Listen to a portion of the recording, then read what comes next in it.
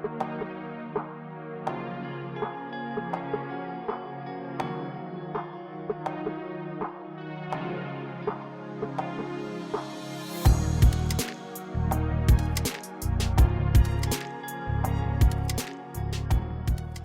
everyone and welcome to Insight with Ojoma Yusuf on Kama TV. Yes, it's that program that tends to enlighten you, educate you and give you information on trending issues. It's Ember season already. It's on this course today I'm bringing up the road safety personnel to come talk to us on safety for the Ember season. We'll be back with more discussion. Sit back.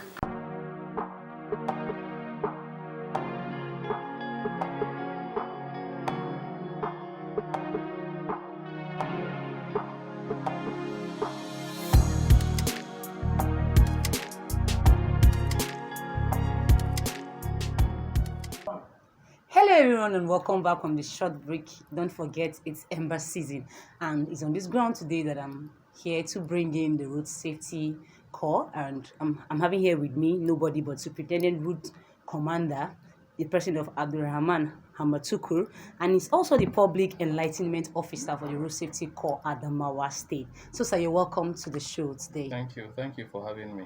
All right, we are pleased to have you around. You see this understanding we have during this Ember season.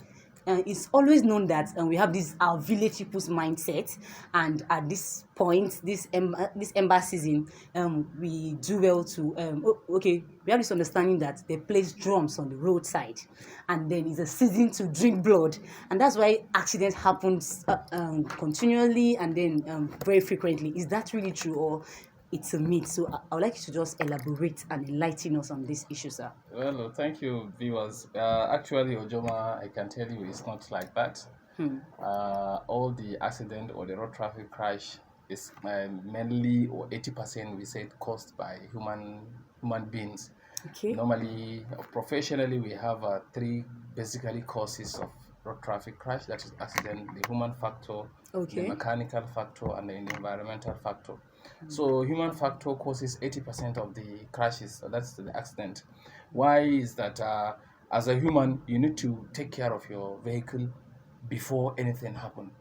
In the morning, there is what we call in first parade. That is morning parade, where you check your water, oil, fan belt tension, and tire, and any other thing around the vehicle before you move. So if you can happen to check this in the morning, you've reduced 90% risks of accident, and even the breakdown of the vehicle. Because when in the process of going, in the morning you check everything is normal or it's not normal, then you take it for repair if it's not normal. So when you check it is not normal, you take it to a mechanic to repair it. So you will jump over that mechanical factor which your vehicle will crash. Or when we say environmental factor, maybe rain season, as we are approaching Hamatan now, you have your lights on, you have your wipers, everything is working. So these lights, when it's during Hamatan, you put the light to see the road, and not only to see the road, but also to be seen by the other vehicles that are coming your way. Yes. Okay, and then you see on this factor now that you said is 80% caused by humans. Yes. I don't think we should have that mindset that Ember season is that season that our village people attack us, and then there's this causes of accidents rampant, and then every other thing people die because of. So we should have this understanding that sometimes we might cause those issues.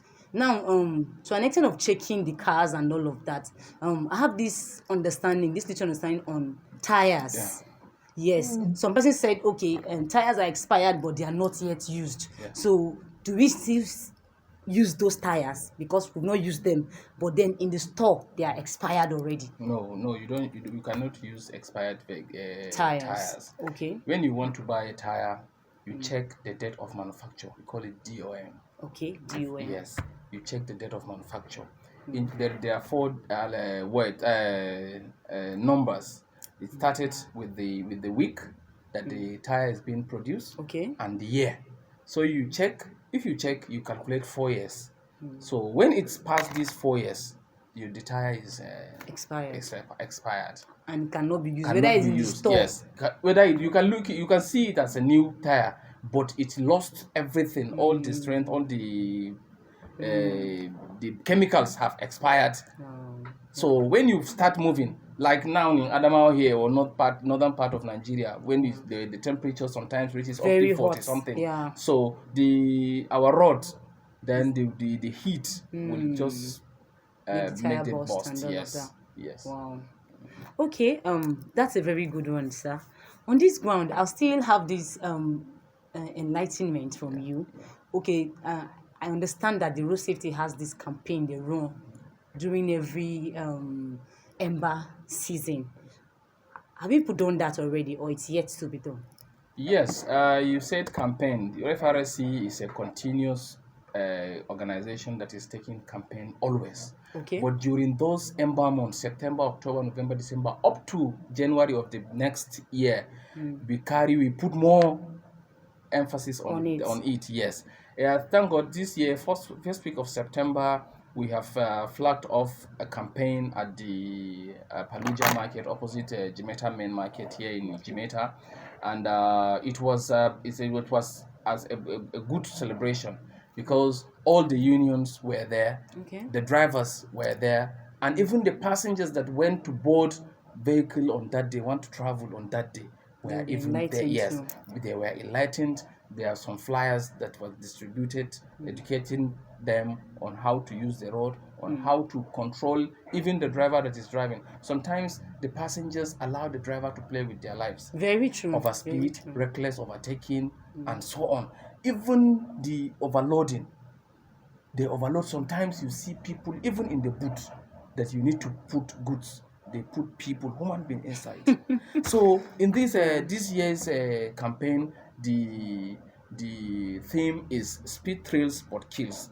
Drive responsibly and avoid overloading. The main mega flag off, which was we carried it last week, 19th of October at the Adamawa Sunshine Express Park in collaboration with the Adamawa Transport Board, other stakeholders in the state, including Nupeng, IPMAN, NATO, Return, NURW. All of them were there. We put heads together. They came with their members, the drivers, and other executives.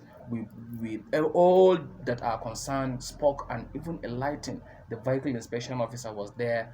All other security agencies were there. So a FRS in Adamawa State is a one big family. We carried everybody together along. So we move the media, whatever, like what I'm doing now. Yes, so it's an enlightenment. Yeah. So we go to churches, we go to mosques, we go to parks, as we have said, we go to schools, and even offices. We go and give public enlightenment. Even banks, we go to banks. The short time the banks have, they give us 5 minutes. We enlighten them some tips on how to avoid accident and so on. So we give them the enlightenment on how to share the road with other road users. But basically, all in all, is being patient on the road. Very well. I really love that what you just said. Yes. Patience on the road. I heard you mentioned overloading and overspeeding. Yes. And then, so we're going on this short break. When we are back, you're going to tell me more on how we can actually avoid it, measures, precautions we can take, both the road users and the motorists, measures we can take to avoid all these aspects that can just take our lives. So guys, we are coming back shortly from the break. Thank you for watching. I am still Ojema Yusuf, and this is Insight.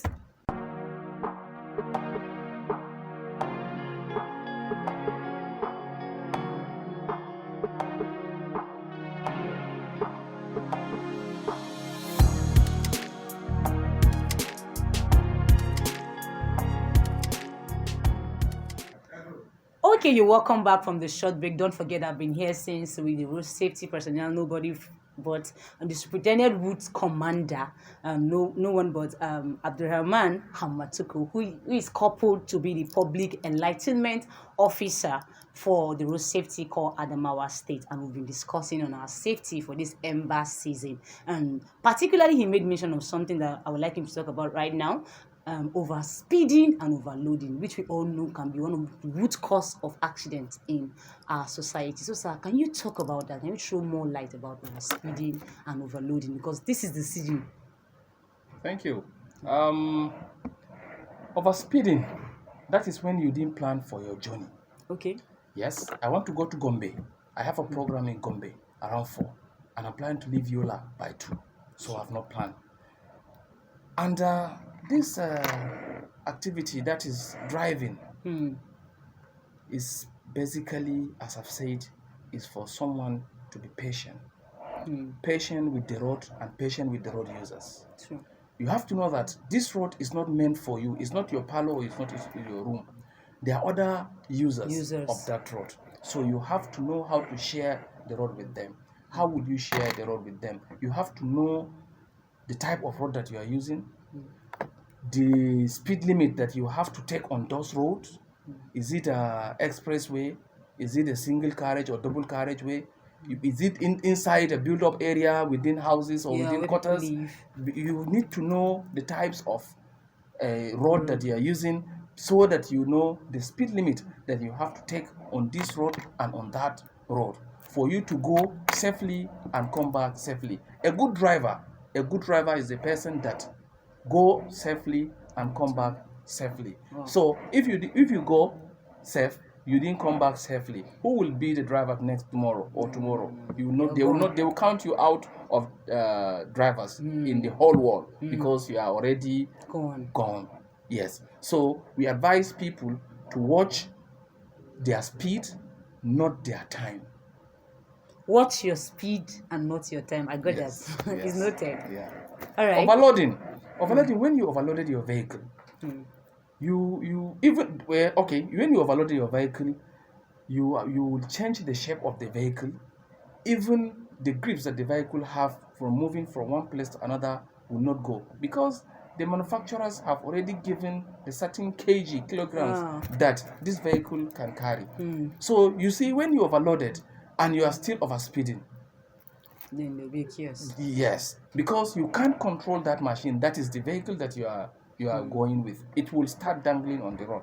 If care is not taken, you hit somebody. That results to road traffic crash. That is accident. Road traffic crash is the vehicle moving, either meeting with another moving vehicle, or an object, or a human being, pedestrian, or anybody outside, and result to injury, either injury or death.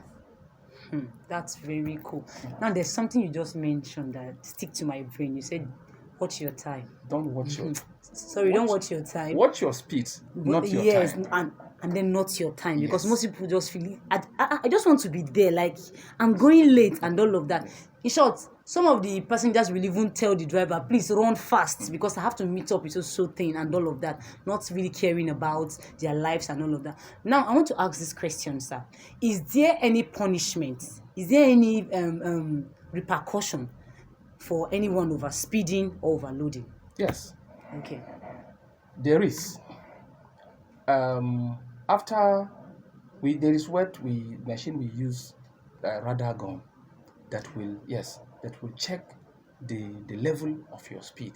If you exceeded the speed limit, there is a fine. I think it's 10,000 naira for overloading and overspeeding.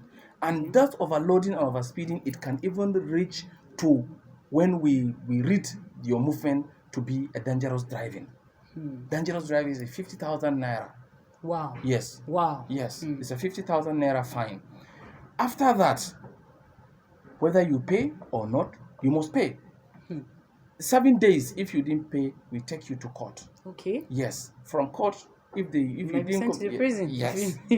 So after you made the payment, before releasing your vehicle or anything that we have confiscated from you, either your driver's license, the vehicle papers, or your international passport, the public enlightenment office will sit you down and give you public enlightenment on the offense that you have committed, so that you know tomorrow you will not do or repeat that thing. Because some people say that not be pay, let me go to bank and pay. I have the money. But we sit down, we give you at least 10 to 15 minutes public enlightenment on the offenses or offense that you have committed, so that tomorrow you will not repeat the same offense. Yes. Okay, you see now, I'm very sure some people will be like, okay, my driver might make mistake and will not want to listen to me. Is there a number that we can call to reach out to road safety for any offense, or maybe anything happens on the road? an emergency, an accident, and all of that. Yeah. Is there any emergency number we can reach out to you people? FRSC have a toll-free number, 122. Okay. If you call 122, it's a free number. They will not take CC from your account. All right. You call them, you speak either Hausa, they will ask you, is it an accident? They will ask you some questions. Exactly what's happening. Then you tell them. After telling them, they will look for a nearest command from where you are. So they will call the command. We have a closed user group, CUG lines that we use, yes. So they call the CUG line of that command. They call the commander, the unit commander or the sector commander of that command. Then they inform him in so meters or kilometers from this location, there is something that's happening, either accident or there is jam between two vehicles, so it caused traffic jam. So immediately there is a standby team, a rescue team in the office. That one is 24/7. Wow. Yes. Even if it's midnight. Midnight you call. There is a team in the office. There is an ambulance that will go and rescue those that are affected, the victims, to the nearest hospital. And in our office here in Adama's sector command, we are co-located with the zone, and we have a zonal clinic. So from the point, they will take them to the doctors. The clinic is 24 hours working. Wow. Yes. So when they see the case, they can handle it. They can do that. If they cannot handle, they will transfer either to a specialist hospital or the teaching hospital here in Yola. So to the bigger facility. Yes. Well, I can say a very big kudos to Road Safety Corps because I'm really being enlightened now. All these things I really don't know about them before, but then now that you've made this known for us, we now have this understanding. So we'll have to say thank you to Road Safety. Thank you for coming too, and also viewers out there. I hope you've learned. Don't just check your time. Please make sure you get there safe. That's the most important thing. Yes, safety first before any other thing. And also do well to call on that number in case there's any emergency. 122 is the number. Please do it to call and then make your complaints. They'll be right there for your rescue. So thank you for coming, sir, once again. Thank you. Thank you so much. And this is how we wrap up the show today. This is all we can take on Insight. Next time we hope to have you again. No problem. You're welcome. All right, thank you, sir. All right, bye guys. This is how we round up the show today. Bye. Bye-bye.